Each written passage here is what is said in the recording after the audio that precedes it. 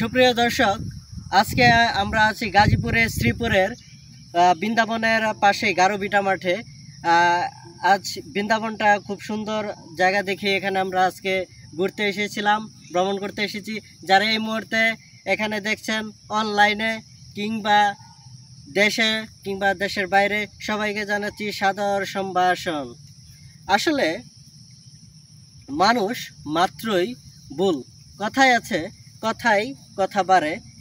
অনেক সময় অন্যের কথা কেড়ে এর সাথে কেড়ে কুড়ে নিজের কথা জুড়ে বাজারে ছাড়ে। কেউ বা আবার এই কথার ভিন্ন অর্থ ধরে, এই বাদানুবাদ পরস্পরে। আবার অনেক সময় তারা কেউ চুপ থাকে কথার ডরে, কিন্তু এরপর অর্থ হয় ভিন্ন মতান্তরে। তাই কথা বলার সময় অন্য টের পাওয়ার আগে ঢের ভাবা উচিত জের কোথায় যাবে।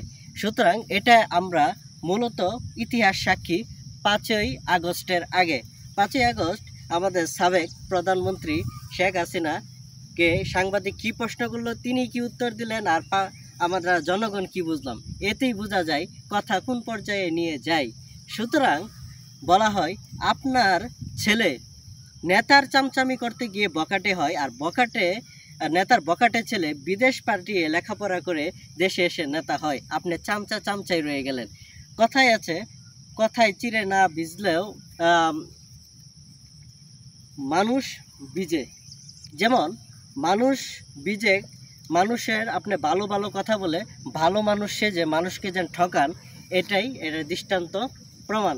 তাই নিজের কথার সাথে অন্যের কথা না জুড়ে নিজের কথাকেই নিজের পরিচয়ে বড় হন, নেতার পরিচয়ে বড় হবেন না। নেতার পাশে ছবি তুললে আপনি বড় নেতা নন। নেতা আপনি তখনই যখন আপনি মানুষের সেবক হবেন। আজকে যাই হোক, আজকে আমরা বৃন্দাবনের যে গারোবিটা মাঠে আছে সেখানে আমরা অবস্থান করছি। আজকে আমি আপনাকে একটু চারপাশটা একটু দেখাতে চাই গারোবিটা মাঠের। প্লিজ দেখুন, সারি সারি গাছ, আর সারি সারি কত সুন্দর বিভিন্ন গাছে ভরপুর রয়েছে আমাদের এই গারোবিটা মাঠ। খেজুর গাছ, এরপর যদিও পাকা পাকা কিছু খেজুর আছে। যাই হোক, এখানের বাসিন্দারা খুবই ভালো, তাদের আতিথেয়তা খুবই ভালো।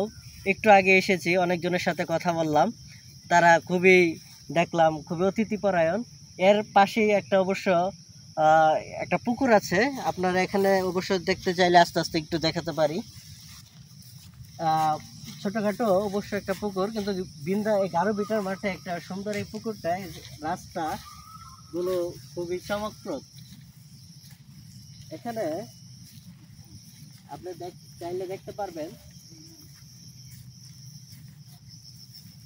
এই যে সুন্দর ওই পুকুর। এখানে অনেক সময় আদিবাসীদের, এখানে যারা আছে অধিবাসী, তারা অনেকে বলছে এখানে বলে মাছ চাষ হয়।